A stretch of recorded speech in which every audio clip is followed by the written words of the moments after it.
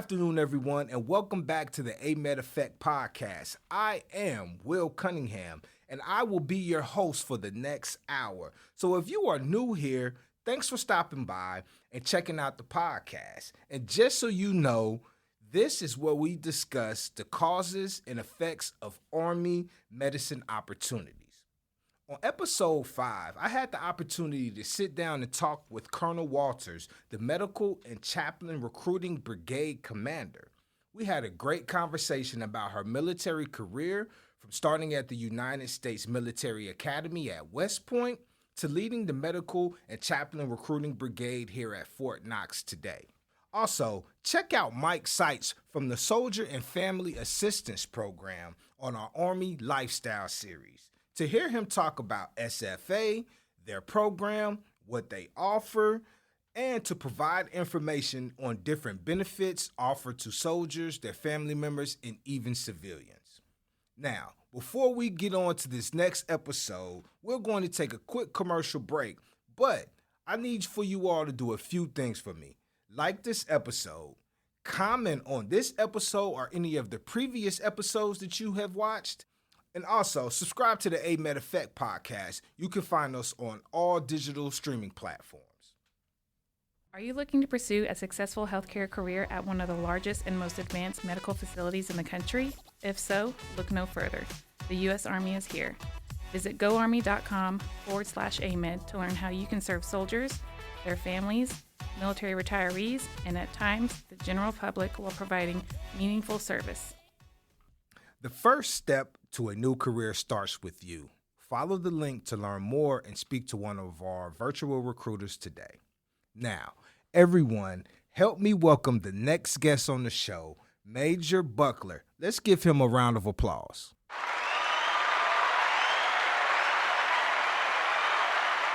You grew up in Portland, Oregon. As a young kid, how would you describe life growing up in Portland? I mean, I thought it was pretty good back when I was growing up there. Uh-huh. Has it changed since you have left and you go back to visit? Has it changed a little bit? Yes. Yeah. is the short answer. I consider myself a naturalized Texan at this point in time. Okay. Now, growing up, one of the most common asked questions to kids are, what do you want to be when you grow up? This was asked to us and is asked to kids today, in my opinion. Can you describe those pivotal moments or those key events that led to your decision to join the Army as a healthcare provider? Well, as far as pivotal moments go for the Army, it was that wasn't too difficult of a decision. That was by the time I had the option of the Army, it was pretty much already the best option that I was considering. Okay. Now, after graduating high school, you attended the University of Detroit Mercy in Michigan, where you received your Doctor of Dental Surgery in 2010. As young adults graduating from high school and preparing for college, we are tasked with deciding on a degree field. For me, I was looking for a career in radio or television. I was looking for a career in radio, but I ended up in television. Prior to attending college, did you know the field or the degree path that you wanted to pursue, or did it change once you got to college? Yeah, my dental ambitions solidified pretty strongly in senior year of high school. So college, it was biology major, go straight in that direction. And then by the time I got into dental school, it was, well, how am I going to pay for this? So the Army's HPSP scholarship was just the hands-down best option for that. Okay, yeah. And my dad went through the HPSP scholarship, too. Oh, so your dad went through the HPSP scholarship as well? He was one of the first recipients when they first started the program. Okay, so you have a lot of inside knowledge about how the program works and the inner and outer workings of it, right? It was more of a nice referral, but as far as like nitty-gritty help with the mechanics of it, I was basically starting from scratch on that. Okay. Now, you grew up in Portland, Oregon, and then you transitioned over to Detroit, Michigan. What was that transition like for you coming from Portland and over to the Motor City in Detroit? It was a change. It was different. I mean, I was I was happy in both locations, but I was happier once I graduated from dental school and actually got into my first duty station. So it was, I was just, I was single at the time, just living in a 1-bedroom apartment in Detroit. So that was during the economic downturn, but that I was kind of insulated from that partially because of the academics and partially because of the HPSP scholarship. Now, was it the school's academics that brought you over to Detroit from Portland, or what was there a particular reason how you got there? I got accepted, and I was like, yes, okay, I'm going. All right. So the U.S. Army Medical Department offers the Health Profession Scholarship Program, as you just stated, which is something that you took advantage of. Explain what the HPSP program is for those who are not familiar about the program. Well, you're essentially trading it's almost like you're selling a future exclusive contract to the Army for your first 4 years of your work, of your professional work after you get out, in exchange for having your professional schooling paid for. So 1 for 1, 4 years of Army service for 4 years of paid dental school, plus stipend. Now, recruiting has always been an important role for the U.S. Army. Our recruiters are responsible for going out. They meet with students, they talk to students, and they also spread the word about the Army and the opportunities that they offer. Part of the process is recruiting the nation's top qualified medical professionals. Well, you've already answered this, but I was going to ask again. Now, you learned about the HPSP program through your father. Now, when you got to school, did you see any recruiters or anybody coming to the school to speak with other medical students about the programs that they had? I don't recall seeing any at my college. It was pretty self-directed as far as finding the Army for that. I actually reached out to the recruiters. Oh, so you took it upon yourself to reach out to the recruiters, figure out about that info. Well, you already know about the information, but reach out to the recruiters so that way you can go ahead and get the process started. Yeah, I didn't really know what all it entailed, so I just gave the recruiters a call, and they walked me through it. And now, because you were a recipient of the HPSP scholarship, could you talk about the qualifications for students who are interested in applying for the program? Well, the big four are: you've got to be a U.S. citizen, you need to be accepted into your dental school program or medical school program, physical qualifications.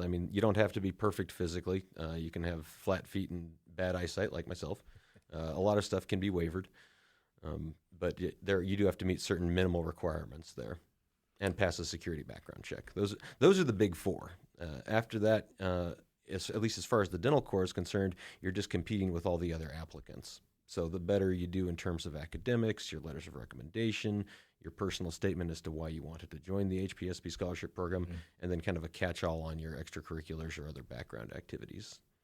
At what point in college should or can a student apply for the Health Profession Scholarship Program? I would recommend getting the process rolling as soon as you start applying for dental school. They roughly follow the same timeline, and while you can't be accepted to the HPSP program until you have the dental school acceptance letter, you do want to get rolling on the paperwork, because it's not just like a standard scholarship application, it's a whole Join the Army application, which requires more work to make sure that you're qualified, go through the medical pre-qualification. If you need to get a waiver, like for your eyesight, for example, that can add a couple of months to the process. So junior year of college is when I would recommend reaching out to the recruiters, and I'm talking like early in your junior year. So would you say that the application process is totally different from, say, a financial aid, from a financial aid application? There's a lot of overlap, but when you're going through the Army process, because you have to get, you're going to be an officer, so you have to go through a security qualification process. So there's some additional stuff that goes into that, security application, where you've lived for the last 10 years, stuff like that. Personal recommendations that aren't necessarily academic recommendations, that's another thing. It's a fairly lengthy packet, but there's a substantial amount of overlap. So a lot of the the work that you do to apply for scholarships or to get into dental school, you'll already have a lot of that if you go to fill out the Army application. So when your dad sent in his recommendation, he was able to put, hey, I was one of the first recipients of this program, and now my son is coming through? I don't think he actually had any connections that helped in that case, because I was going as a dentist and he was a psychiatrist, and he was in his late 50s, early 60s, so everyone that he knew at the time was already out. But it helps that would be the sort of thing that would go into your letter of, kind of your letter of intent or your application statement. Okay. Well, let's give a round of applause to your father for being one of the first recipients of the HPSP scholarship. Medical students often worry about how they will pay for med school, how to balance school and working, and where they will work after they graduate. In what ways did the HPSP scholarship alleviate some common pressures or worries that medical students face? Oh, yeah. Well, every semester there was a few-week period where people were scrambling to take out student loans or find a way to finance their next semester. So being in the HPSP program really helped kind of cut that. It wasn't something that I had to worry about. It was just get a letter from the Army saying that, yes, I'm in good standing, yes, he's still in the program, and then the school would just kind of bill the Army directly. So that was helpful. The living stipend was super helpful. I did take out I liked to live a bit beyond my means, so I did take out a couple of student loans for that. But 4 years of dental school and $25,000 in debt is a ridiculously good deal. And honestly, if I'd been a little bit more frugal, I wouldn't have even have had that. Right. Yeah. Understood. Describe how the financial support from the scholarship impacted your medical school experience. It freed up a lot of time for studying and other things and relaxation. Not that there was a whole lot of that in dental school, but it did take that major stressor off the table. And also the reimbursement for things like your dental loops, the magnifying glasses, your laptop, as long as the school required it, the Army covered that as well.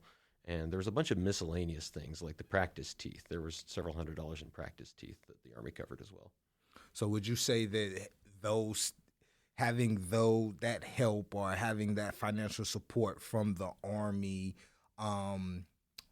was different from your other peers who were not in the program? I think it made my life quite a bit easier than in that respect than a lot of my other peers. Now, when you complete medical school, the Army offers 78 residencies and 43 fellowships. Talk about the medical school that you wanted to attend, and when December came around and it was military match day, did you match to the school of your choice?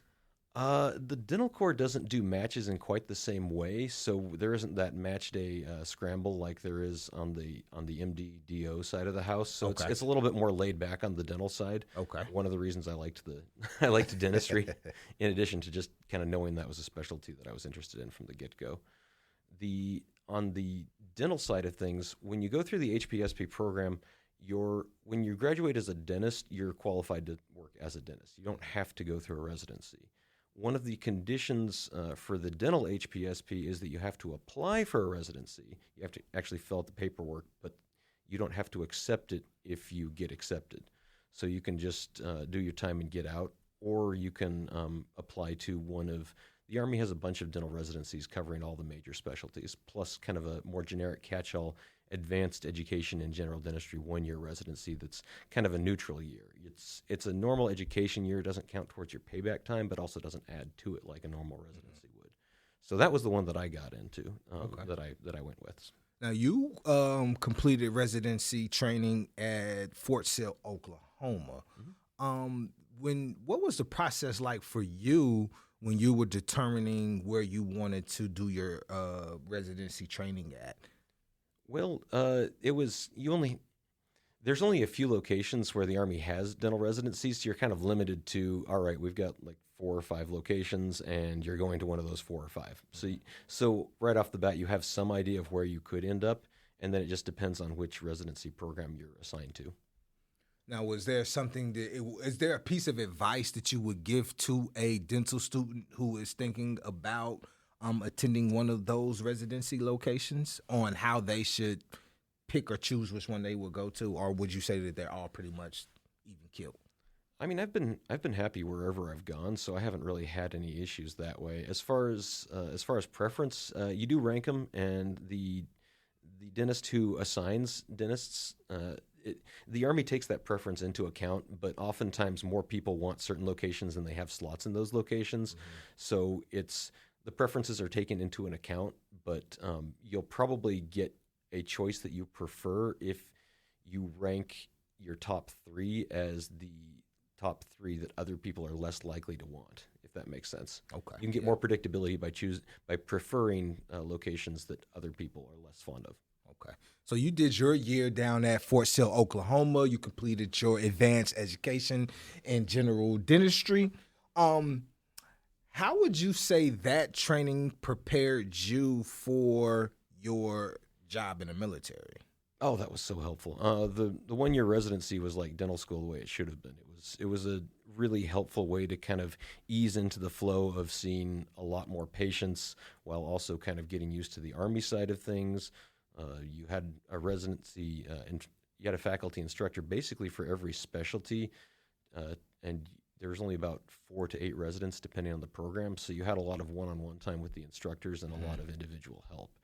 So it just 10 out of 10 would do the AEGD residency again and the HPSP program, which is probably why I got the job in recruiting. So when you finished in 2011 with your residency, what was your first duty location, and how did you adapt to the military lifestyle? I think I adapted reasonably well. It's almost like a separate parallel society in a lot of ways. So there's a lot of additional things to kind of get used to, but it wasn't a particularly high learning curve, apart from the acronyms. Right. The acronyms I'm still learning. Yeah, me too. I'm still learning those different acronyms too. And you said what was your first duty location? First duty location after Fort Sill was Fort Bliss in El Paso, Texas. Okay, so El Paso, Texas. Yeah. And I wanted that one. Okay. Yeah, I had family in Las Cruces, which is like an hour from there. Okay, so that's why you could consider yourself a Texan now, huh? Yeah, it's El Paso is officially my home of record now, because after I got out, then I got back in, and El Paso is my home of record from there. So. Okay. And I met my wife in El Paso, and her family's there. Okay. Now, 2011 was a big year for you, because not only did you finish residency training, but you also deployed with the Bulldog Brigade Combat Team of the 1st Armored Division. Explain to our listeners the roles and responsibilities of an officer in charge in a deployed state.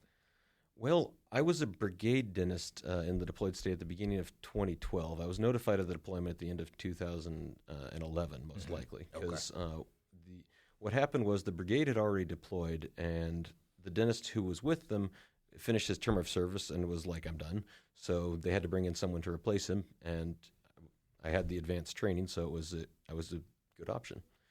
So I went down there for a few months, and when you're a brigade dentist deployed, you're in what's called a Role 2 combat facility, which is essentially a mobile dental facility with yourself and one dental assistant. That's part of kind of the local clinic. So I wasn't like the officer in charge of the entire clinic. I just had my own little dental area at the time. But it was nice. Counterintuitively, it was actually a good experience. Believe it or not, my patients were happy to see me. And if you got to deploy, go as a dentist. Oh, now, are there any humanitarian missions that took place or that you could speak about while you were deployed? Not while I was deployed, but humanitarian mission-wise, in the AEGD residency, we did do one medical mission to Honduras where we did dentistry on a bunch of at an orphanage. And that was kind of part of the broadening experience and part of the pediatric experience. So it was helpful and beneficial. Yeah, that's good. And it was led by one of the Army's pediatric dentists. So how long did you all spend in Honduras? 2 or 3 weeks, if I recall correctly. So seeing a lot of patients, probably working It long was a hours? full-time job. It was it wasn't a vacation, but it was still nice. Would you say Honduras is a place that you would like to go back to visit, maybe, or for vacation or relaxation, or is It wouldn't be top of my vacation list currently, but that's because my current vacation list has about 25 places on it. got somewhere to go after yeah. you retire, huh? It keeps getting longer. In 2015, you got out of the Army and you practiced dentistry in the civilian world for 3 years. How did the work differ in the civilian world, and was there a big difference on how you practice in the civilian world from the Army world? Well, the work was the same in the sense that you're doing the same procedures. The pace in the civilian clinic was very different. The AEGD residency was a big help on that, and so there's a lot of differences. It's kind of the more subtle differences that I didn't really fully get until I was out and actually practicing for a while. But in a way, in some ways, no one was more surprised than me to realize that I was actually quite a bit happier in the Army, which is why I got back in, which is, again, probably part of why I'm in the recruiting job, because I can speak to what it's like on the outside and on the inside. Yeah. And there's a lot of things I loved about civilian practice and a lot of things I loved about the Army practice, but there's trade-offs in either position. Some of the things in the Army practice that I really appreciated was getting a lunch hour, which you can get in the civilian sector, but in the civilian sector, if someone walks in pain, you can't keep them waiting for an hour for lunch. Essentially, if you do that, they'll walk. Right. And so you can take lunch in the civilian world, but that lunch might wind up costing you most of your earnings for that day. Now, do you believe some of the skills and experiences that you gained in the military set you apart from your counterparts and from your civilian counterparts? I think so. It was again going back to the AEGD residency training. That was the big one. But myself and Dr. Nam were the two top performing dentists in the civilian clinic that hired us, and we're also their longest lasting associates, and both Army dentists. so the clinic liked Army dentists. I think it was a mutually positive experience. Okay. Now, before we continue, we're going to take a quick commercial break to let you all hear about the Army chaplain opportunities. Since 1775, Army chaplains have acted as spiritual counselors who support, motivate, and provide emotional guidance to soldiers and their families. We are looking for chaplains to care for spiritual, moral, and emotional well-being of the Army. Follow your calling as an Army chaplain. Visit goarmy.com/chaplain for more information or to speak with one of our virtual recruiters today.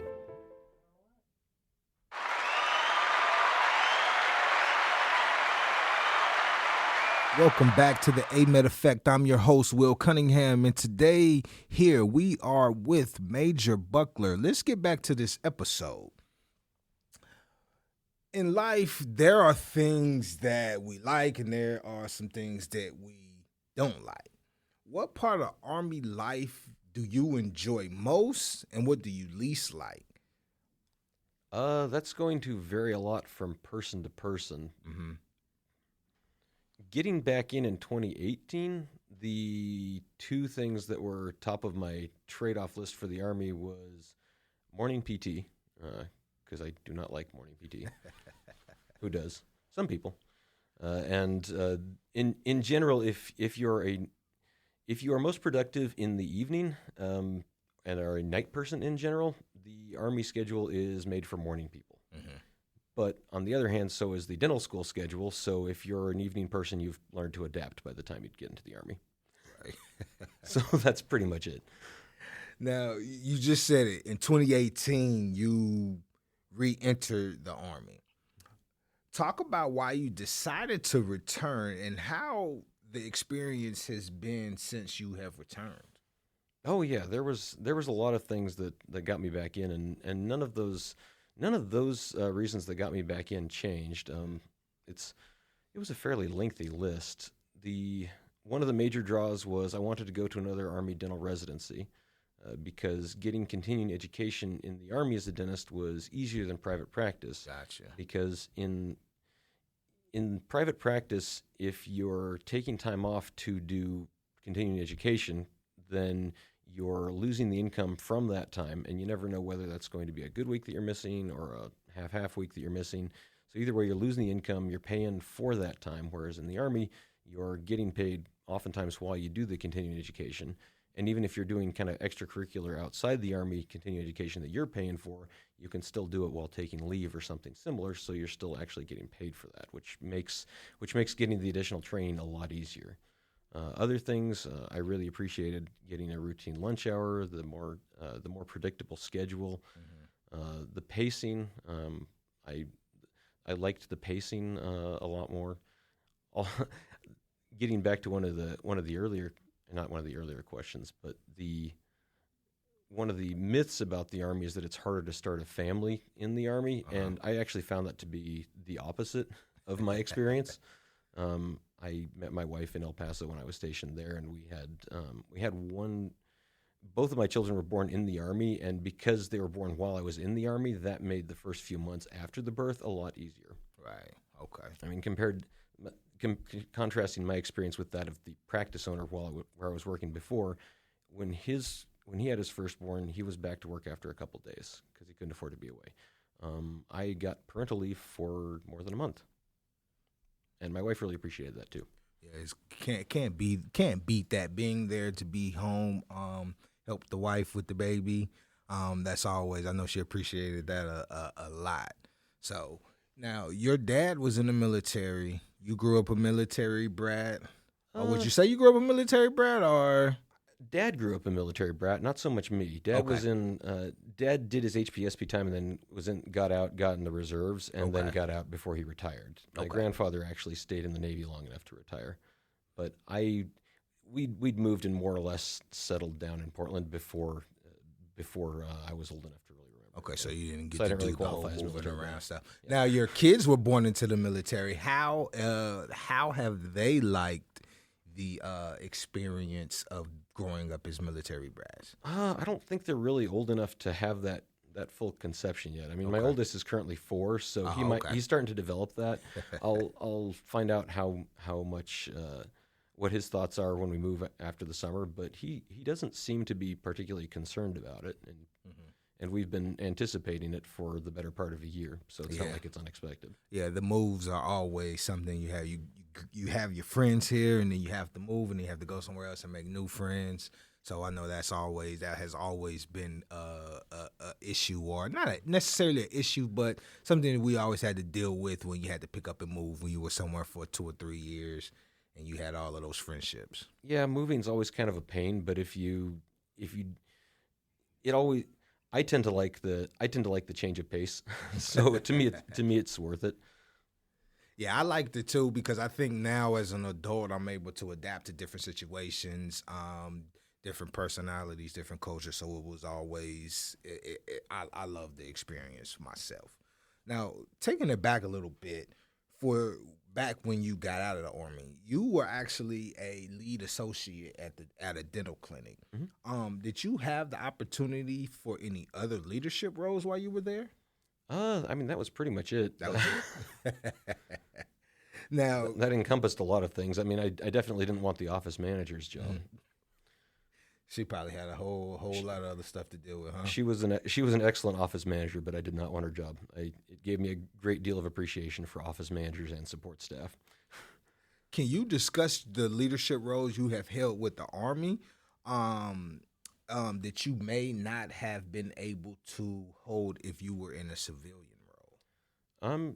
Yeah, I don't think in a civilian role you'd wind up managing a very large clinic at any given time. I would expect in most civilian clinics there's not more than 2 or 3 doctors working at one time. Mm-hmm. And in the Army, before I got this position, when I was still at Fort Bliss after I got back in, I got to spend about a year as the officer in charge of the East Bliss Dental Clinic. And that was about 6 or 7 doctors and more than 20 chairs. Oh, wow. Okay. So that you had a lot more traffic coming through I at like that bigger clinic. hospital. Yeah. Yeah. So is that hospital down at Bliss, that dental clinic down at Bliss, one of the bigger ones that we have in the Army, or? Oh yeah, Fort Bliss is huge. So Fort Bliss doesn't have just one dental clinic. Fort Bliss has like 4 or 5, depending on how you count. Oh, okay. So, so let's see. There's the hospital dental clinic, which is the smallest. There's Chambers Dental Clinic, which I think is the largest in the Army, and that's got more than 70 chairs. Okay. And a lot of doctors. There's the East Bliss Dental Clinic, which is my personal favorite. Dental Clinic 3, which I'm also very fond of, which is midway between East Bliss and Chambers. Now, did you have the opportunity to kind of rotate through all of them, or did you stay at one particular location? Yeah, I wound up working at all 4 of them while I was at Fort Bliss. It's just kind of you work where you're needed, and it just kind of depends on where the roles are. I started out assigned to the hospital clinic, then got assigned to the brigade. The brigade got assigned to the East Bliss Clinic. Then when I got back in, I was at Dental Clinic 3, which is also where the new Fort Bliss AEGD residency is. So hopefully I'll get to go back there later on as maybe an assistant program director. Gotcha. And then Chambers Dental Clinic I worked at while the brigade was there, and a few times here and there. Okay. What opportunities for career advancement are available for Army healthcare, and how can Army medical professionals take advantage of them? Depends on what you want to do with your career. I can't speak to the other healthcare fields quite as much as I can to dental, but dental I've got a pretty good grasp at this point on what the options are.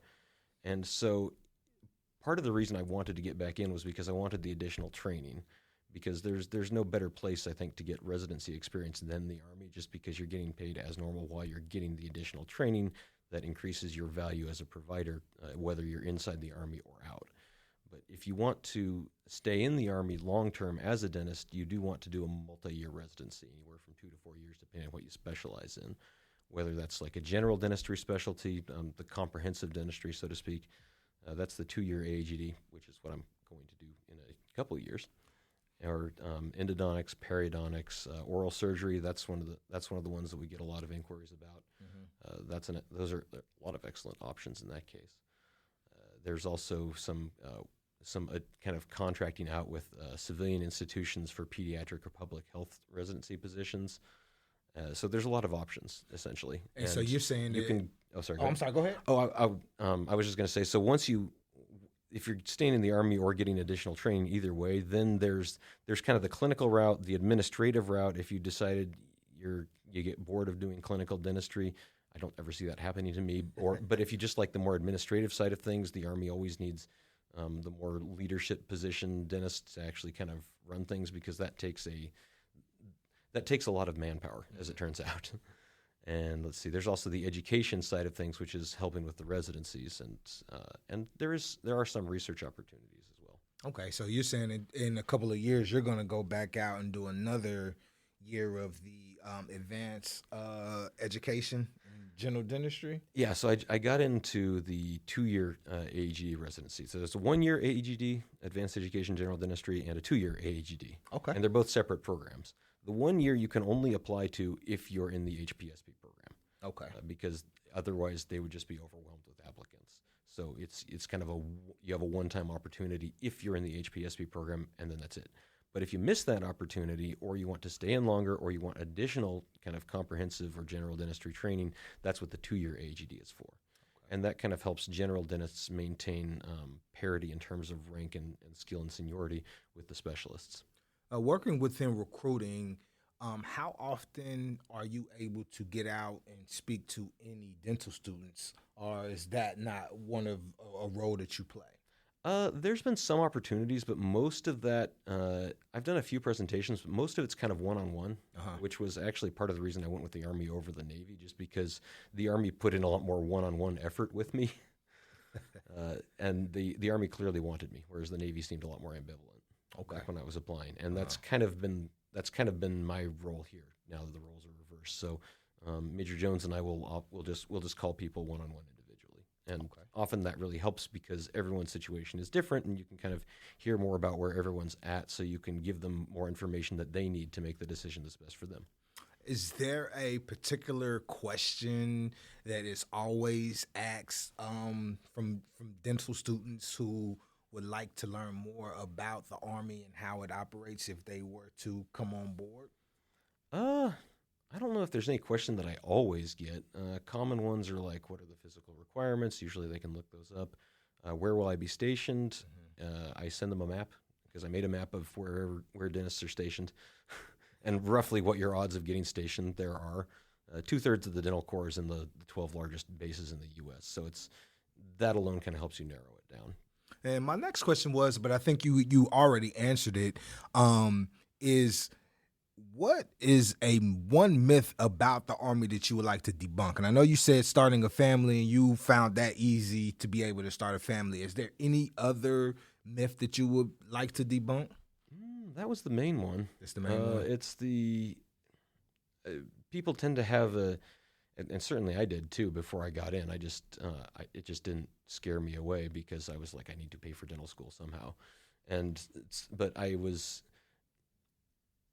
It really is more like a normal job than most people realize, and at least when you're a dentist in the Army. It's like you get up, yes, you wear the uniform, yes, there are additional rules, and you're under the UCMJ rather than under standard, rather than under normal civilian law when you're in uniform. But it really is in a lot of ways like a normal job. That was what I was pleasantly surprised to find out. It was a lot better in that respect than. Yeah, there's some of the camping in the field doing the whole Army stuff if you're with a brigade, but even that wasn't as bad. I mean, if you like doing that, or if you want to go airborne or Rangers, you can do that as a dentist. There are training opportunities for that. That tends not to be my own personal preference. I want the physical fitness. I want to maintain the Army's minimal physical fitness standards, and that was part of what else got me back in there because I could feel that slipping when I was in private practice, and I wanted the additional incentive to maintain that. But it really is more of a normal job and less of a micromanaging sort of aspect in that way. You're not locked into being stuck on base. I live off base with my family. I've always lived off base ever since I've got back in. And as an officer, that's an option. Yeah, you can apply for on-base housing. That's an option too. A lot of people ask about that. But it really is, go home, take off the uniform, and then live a normal life. Go out to eat, that sort of thing.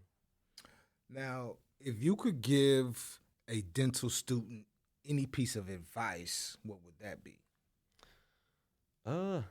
Start planning. Well, if you're talking about someone who's a dental student who's already in dental school, if they haven't applied for the HPSP program already, there are two-year and 3-year scholarships which are still a very good deal. The 4-year scholarship is the best deal, but the 2-year and 3-year scholarships are definitely worth it. So I would strongly suggest reaching out to apply for that to make your life better after you get out, for the first few years after you get out of dental school.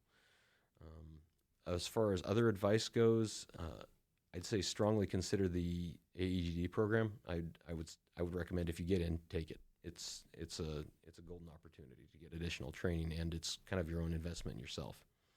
Gotcha. And apart from that, just pass dental school, graduate. So you guys, nobody needs to be told that. You guys hear that? Make sure that you look into those different things that Major Buckler talked about. If you visit goarmy.com/AMEDD, you can go through there. You can see all of the different AOCs. You can look at find out all of the different information, and even speak to one of our virtual recruiters. And then also, if you would like to learn more about the Health Profession Scholarship Program, you can visit goarmy.com/HPSP, and you can learn about the different incentives and how you can jumpstart your career with zero to little debt. Now that is zero to little debt. So, Major Buckler, at the end of the day, when the uniform comes off, your job is done here at work. What are some of your hobbies and interests outside of the service? Oh yeah, I've got a lot, and that's not even counting spending time with my family. Mm-hmm. But I did consider myself a gaming enthusiast, computer games, board games, that sort of thing. I haven't had time to do that recently just because we're prepping for the move, but that is still something I very much enjoy, and I have a large board game collection. I built my own gaming computer. I've done a couple of audiobooks. I enjoy doing that. Okay. Just the basic stuff, nothing high end like this. Reading, just a lot of the common things. Now, when you're done with this with the Army and you decide to retire, what is next for Major Buckler once you get out in the civilian world? Are you going to continue practicing dentistry, or are you going to relax for a little bit and just be the family man? I'd like to do both. Find a balance. My pipe dream is to have a mobile dental clinic. Oh, okay. That I can kind of pick up and move around as needed. Yeah, I seen that. There was a few episodes or a few shows that I saw on YouTube, and a guy would go around. I think he came up to Kentucky. He went up to Eastern Kentucky, and he did a lot of different. It was like a mobile dentistry thing that he had, and he went up there and he worked on a lot of individuals too. So yeah, I was a dental assistant in college and assisted on some of the mobile dental vans in and around Portland. So that experience stuck with me in a good way. Okay.